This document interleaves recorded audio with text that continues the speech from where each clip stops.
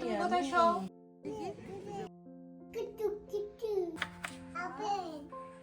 মাম্মা বাবা খাবে না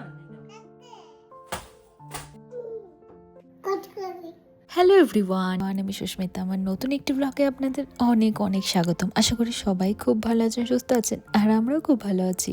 তো কিট্টুকে নিয়ে দেশের বাইরে সারাদিন বাড়িতে একা একা কিভাবে সময় কাটে, আমরা কি কি দুজনে মিলে করি, সেই সব তো আগের ভিডিওতেই একটা শেয়ার করেছিলাম। আজকে চলুন বিকেল থেকে রাত অবধি কিট্টুকে নিয়ে আমরা কিভাবে সময় কাটে সেটা দেখাই। যদিও ওই বিকেল থেকে রাত অবধি আমি একা থাকি না, আমি আর রোহন দুজনে মিলে কিট্টুকে সামলাই। তো ঘড়িতে তখন প্রায় বিকেল 5টা মতো বাজে। তো রোহন তখন অফিস থেকে ফেরেনি, তবে আর কিছুক্ষণের মধ্যেই ফিরে আসবে। আর কিট্টু সেদিন একটুখানি দুপুরে ঘুমিয়ে পড়েছিল। এই যে দেখুন, বলতে না বলতে রোহন অফিস থেকে ফিরেও এসেছে। তো নেদারল্যান্ডসে ও প্রায় 5:30টার মধ্যে বাড়িতে ফিরে আসতো। সেম ইন্ডিয়াতেও তাই ফিরে আসতে পারতো যদি রাস্তায় ট্রাফিক না থাকতো। তো ইন্ডিয়াতে অফিস থেকে বাড়ি ফিরতে ফিরতে ওর প্রায় 6টা হয়েই যায়। এই যে দেখুন, ও অফিস থেকে এসেছে আর জাস্ট কিট্টুরও তখন ঘুম ভেঙেছে। এবার কিছুক্ষণ বাবা আর মেয়ের মধ্যে ভালোবাসা আদান প্রদান চলবে, ততক্ষণে আমি কিট্টুর বিকেলের খাবারটা রেডি করে নিচ্ছিলাম। বুঝে পাচ্ছে না কি করবে, বুঝে পাচ্ছে না। বাবাকে আদর করে দাও। কি কি আনছো? বলে কি আনছো আমার জন্য? কি এগুল? এগুল আনছো ওর জন্য? হ্যাঁ যাবো আনতে, চলো। লন্ড্রিতে ও কাজ করছে সারাদিন। কি কোথায় ও আসলে ওর ইয়ে হচ্ছে, পটি করছে না, ক্লিন না আচ্ছা করতে। ঠিক আছে, চলো পরিষ্কার করে দিই। চলো পরিষ্কার করে দিচ্ছি। হ্যাঁ, চলো ঘরে ঘরে। তো ঘুম থেকে উঠতে না উঠতেই ম্যাডাম করেছিল পটি, তোকে ক্লিন করিয়ে দিয়ে যাক, একদিক দিয়ে পেটটা একটু খালি হয়ে গিয়েছে। এবার একটু গুড় নিয়েছি, তার মধ্যে একটু জল মিশিয়ে রুটি ভিজিয়ে ভিজিয়ে ওকে খাইয়ে দিই। তো এই বিকেলের জল খাওয়ারে কিট্টুকে দেওয়া রুটিটা আমার কাছে খুব ভালো অপশন। হয়তো মাসে 15 থেকে 20 দিনের মধ্যেই বিকেলে ওকে আমি রুটি দিই। এবার হ্যাঁ, রুটি খেতে খেতে যদি কোনোদিন বোর হয়ে যায় তখন ওকে অন্যান্য কিছু বানিয়ে দিই। তবে বেশিরভাগ দিনই গুড় রুটি, কলা রুটি, ডাল রুটি বা আমাদের কিছু সবজি হলে ওই সবজি দিয়ে একটা রুটি ওকে খাইয়ে দিই। এবার ওই একটা রুটি বলতে খুব মোটা মোটা বা বড় রুটি হয় না, পাতলা করে ছোট রুটি ওকে বানিয়ে দিই। তো গিট্টুকে বিকেলে খাইয়ে দিই। যদি আমাদেরও খুব খেতে পাই তাহলে আমরাও কিছু বিকেলে স্ন্যাক্স খেয়ে নিই। তারপরে কিট্টুকে ওর বাবার কাছে হ্যান্ড ওভার করতে পারলে আমি বাঁচি। তো কিট্টু গিয়েছে ওর বাবার সাথে একটু বাইরে হাঁটাচলা করতে। আর নিচে হোটেলের রিসেপশন যে রয়েছে সেখানে অনেক বাচ্চাদের কিছু খেলার জিনিস রয়েছে। রোহন কখনো কখনো সেখানে গিয়ে কফি খায় আর কিট্টু ওই খেলনাগুলো দিয়ে খেলতে থাকে। এদিকে তো বাবা মেয়েকে বাইরে পাঠিয়ে দিয়ে আমি চলে এসেছি রান্নাঘরে। রান্না করতে হবে ডিনার, আর কালকের লাঞ্চটা এখনই রেডি করে রাখবো। তো আজকে ভেবেছি ডিনারে বানাবো হচ্ছে চিকেন কষা, যেটা খুব সহজ উপায় বানাবো।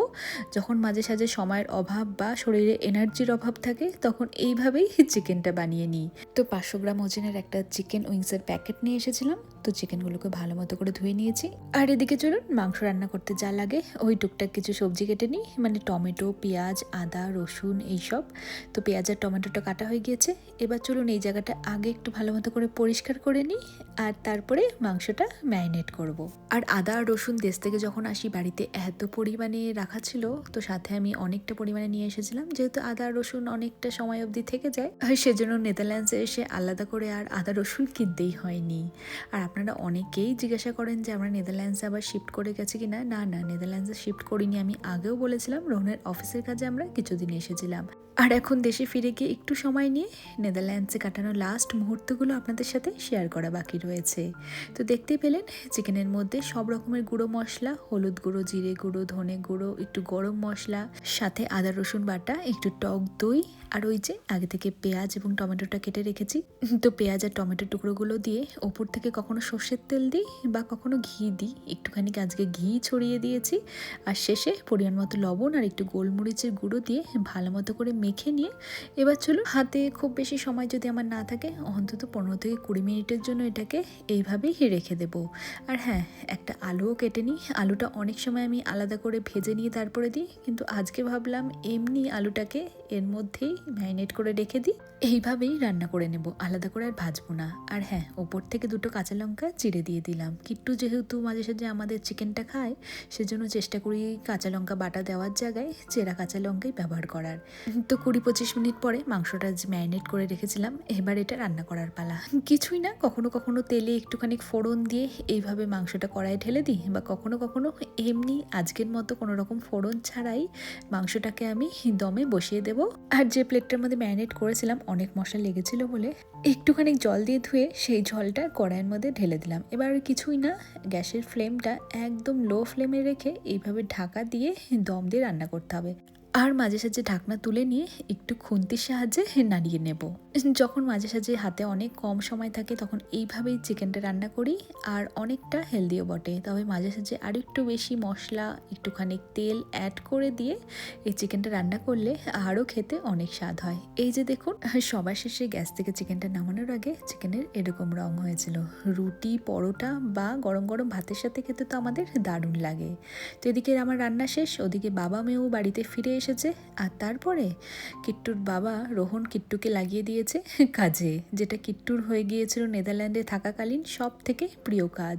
এই যে জামা কাপড় সব কিছু ভরে নিয়ে, নেদারল্যান্ডসে আমরা যে ফ্লোরে থাকতাম প্রত্যেকটা ফ্লোরে একটা করে আলাদা লন্ড্রি রুম রয়েছে। তো সারাদিনে জামা কাপড়গুলো আমরা এক জায়গায় জড়ো করে রাখতাম, আর রাতে সেটা কিট্টু এভাবে ব্যাগে পুরে নিয়ে যেত লন্ড্রিতে ওয়াশ করানোর জন্য।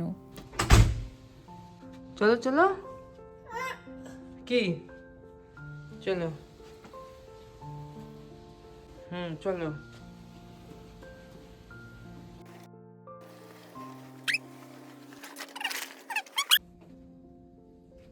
না, সব করে ঢুকাতে হবে না, ওটার মধ্যে একটা ওয়াশিং মেশিনে। এটা না মাম্মা, এটা না, এটা আটকে দিতে হবে না। ওইটাতে মাম্মা, কিন্তু ওটাতেই ঢুকাও। ওটা আগে ফুল হবে তারপরে। বার করে ঢুকাও সব কটা।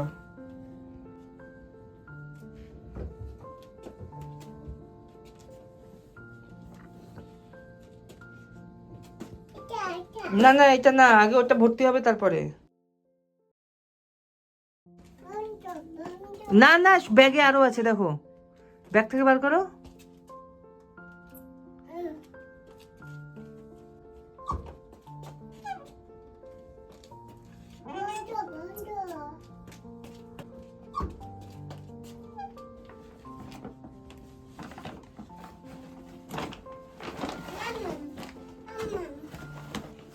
ঢুকাও।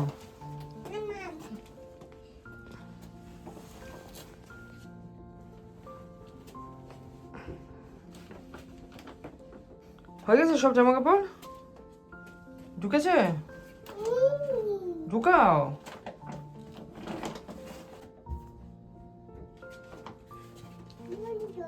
না, সব ঢোকেনি জামা কাপড়, সব জামা কাপড় ঢুকেছে।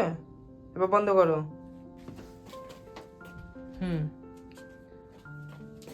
আচ্ছা, এবার কি করবো আমরা? কি করতে হবে? চলো টিপে দিই। এটাই কিছু কেমন করে পড়ছে,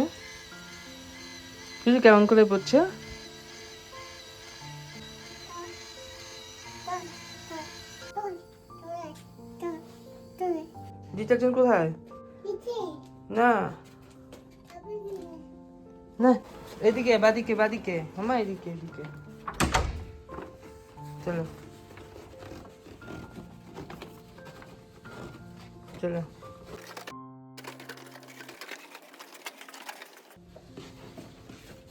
এবার কোথায়? যাও, খোলো, যাও।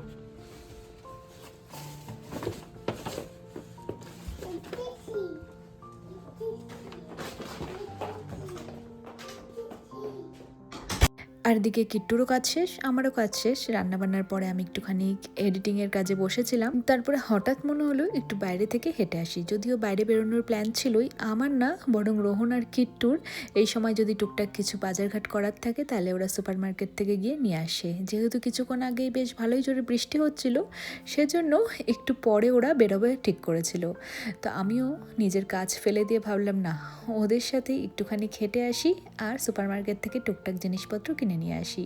ওই টুকটাক জিনিসপত্রের মধ্যে দুধ, ব্রেড, কলা, রোহন যেটা সকালে ব্রেকফাস্টে খেয়ে যায়। আর এদিকে শশা নিয়ে নিলাম, কিট্টুর ফেভারিট। এখানে ফলের সেকশনে দেখলাম অনেক সুন্দর সুন্দর ব্লুবেরি রয়েছে, যেগুলো আবার ডিসকাউন্টে দিচ্ছিল। তো একটা ব্লুবেরির এরকম বক্সও নিয়ে নিলাম।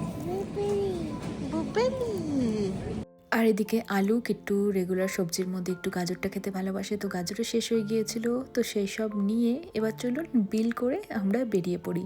যেহেতু বাইরে ভালোই বৃষ্টি পড়ছে, তার সাথে ঠান্ডা রয়েছে, তাই বেশিক্ষণ আর থাকা যাবে না।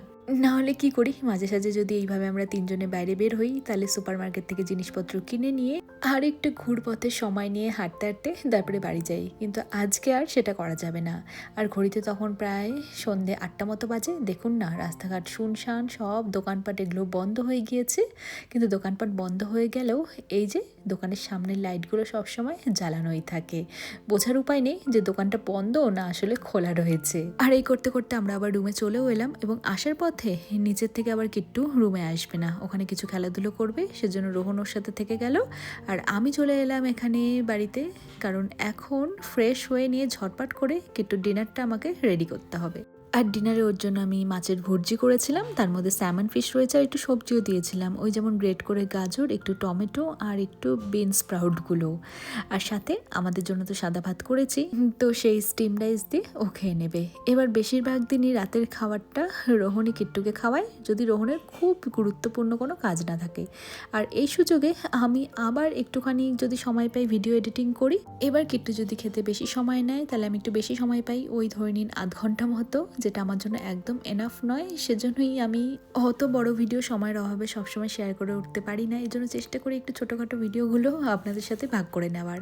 যাই হোক, যেমনি দেখছি যে কিট্টুর খাওয়া ওদিকে হয়ে যাচ্ছে, তখনই আমি ঝাঁটা হাতে নিয়ে চলে এসেছি ঘুমানোর আগে বিছানাপত্র সব পরিষ্কার করে নেওয়ার জন্য। আর এই ঝাঁটাটা আমি দেশ থেকেই নিয়ে এসেছিলাম, আমি জানি, কারণ আগেও আমরা এই সার্ভিস অ্যাপার্টমেন্টে এসে নেদারল্যান্ডসে ছিলাম, সেজন্য আমি আরও ভালো মতোই জানি যে এই সার্ভিস অ্যাপার্টমেন্টে সপ্তাহে একদিন এসেই বিছানার চাদর পাল্টে দিয়ে যায়। আর বাকি দিন বাচ্চা থাকলে তো নোংরা হবেই, তো ওটাকে আমি ঝাঁটা দিয়ে যেন পরিষ্কার করতে পারি, সেজন্য ঝাঁটা নিয়ে এসেছিলাম। আর এখন আমি একটুখানি হাঁপিয়ে গিয়েছিলাম কাজ করতে করতে বলে কিট্টু আমাকে জল এনে দিয়েছে জল খাওয়ার জন্য। তো এরপরে আমরা এক এক করে ডিনারটা করে নেব, বা কখনো কখনো কিট্টুকে হয়তো ঘুম পাড়িয়ে আমরা দুজনে একসাথে ডিনার করি, তখন একটু হয়তো সারাদিনে 10 থেকে 15 মিনিট টিভি দেখার সুযোগ পাই, নাহলে টিভি দেখার সুযোগ আমাদের দিনে একবারও হয় না। যাই হোক, এবার ঘুমানোর আগে কিট্টুকে একটুখানি তেল মালিশ করিয়ে দেব, ও ড্রেস চেঞ্জ করে দেব, ডাইপার পরিয়ে দেব, মানে এরপরেও ঘুমের জন্য একদম রেডি। আমি আসবো। শুয়ে পড়ো, শুয়ে পড়ো। তুমি কোথায় শো? দাও, শুয়ে পড়েছো তুমি? Good night. কি হয় কিট্টু? কোন জায়গাটা? ওই জায়গাটা তুমি শো না। বালিশ কোথায় তোমার?